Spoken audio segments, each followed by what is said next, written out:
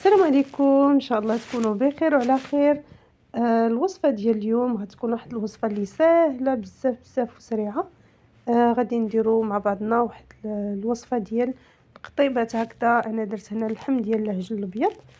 صراحه كيجي فتي ورطب بزاف وكيجي بنين، وغادي نديروه بواحد التتبيله اللي كتجي غزاله بزاف، كتجي زوينه البنات. ان شاء الله تجربوها وتعجبكم، وخليكم معايا ندوزو نشوفوا المقادير وطريقه التحضير. هنا غندوزو كما كتشوفوا معايا. خديت واحد الكميه هنا ديال اللحم، الكميه كتبقى على حسب افراد العائله ديالكم ولا الناس اللي غادي ياكلوا معكم القطيبات. هنا تستعمل تقريبا واحد الكيلو. غادي نضيف ليه واحد البصله هكذا متوسطه، تكون مقطعه البنات، ما تحكوهاش. الا حكيتوها راه غادا تمرر لكم اللحيمه. كتقطعوها هكذا، كتشلضوها رقيقه بزاف، كتضيفوا لها تقريبا واحد القياس ديال 5 معالق ديال القزبر والمعدنوس. غادي ديروا معلقه كبيره ديال التحميره، معلقه صغيره ديال الكركم، نص معلقه صغيره ديال الابزار، معلقه صغيره ديال سكينجبير، ومعلقه كبيره ديال الكمون.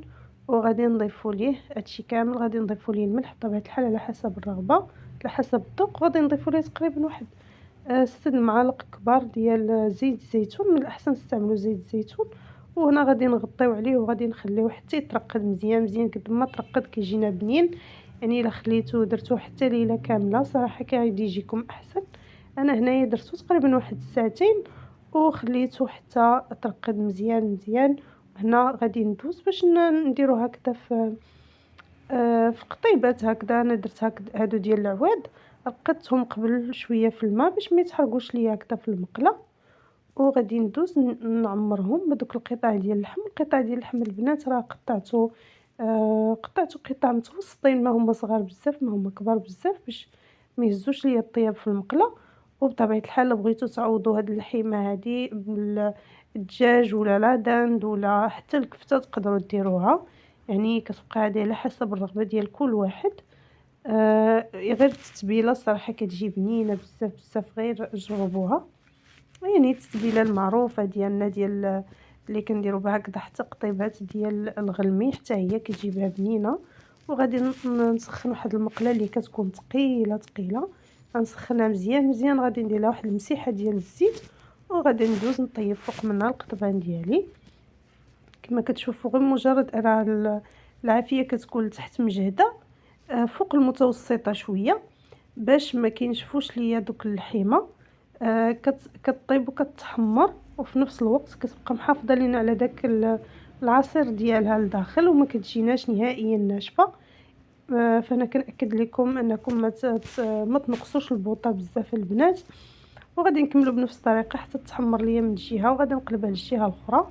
وراه ما كياخذش الوقت نهائيا. كما كتشوفوا كيجيو على هذا الشكل هذه. تقدروا ترافقوها بالبيغي ديال البطاطا، تقدروا ترافقوها بلي بات، تقدروا ترافقوها باش ما بغيتو. هنا درت معها واحد شويه ديال لا سالاد مشويه ديال الفلفله مشويه، ودرت معها مطيشه وشويه الذره المعلبه، ودرت لها التتبيله ديالها، ودرت هنايا شويه ديال رافقتها كذلك مع الفريت. وصافي كان هذا هو الفكره ديال اليوم ولا الفيديو ديال اليوم. ان شاء الله يكون عجبكم، ان شاء الله تجربوا الوصفه وتنال الاعجاب ديالكم. وما تنساونيش باللايكات ديالكم الى عجبكم الفيديو بطبيعه الحال. الا كنتو باقي ما اشتركتوش مرحبا بكم، وما تنساونيش بالتعاليق حتى هما البنات كيشجعوني. كنقول لكم شكرا والى اللقاء. الى اللقاء ان شاء الله فيديو جديد ووصفه جديده. مع السلامه.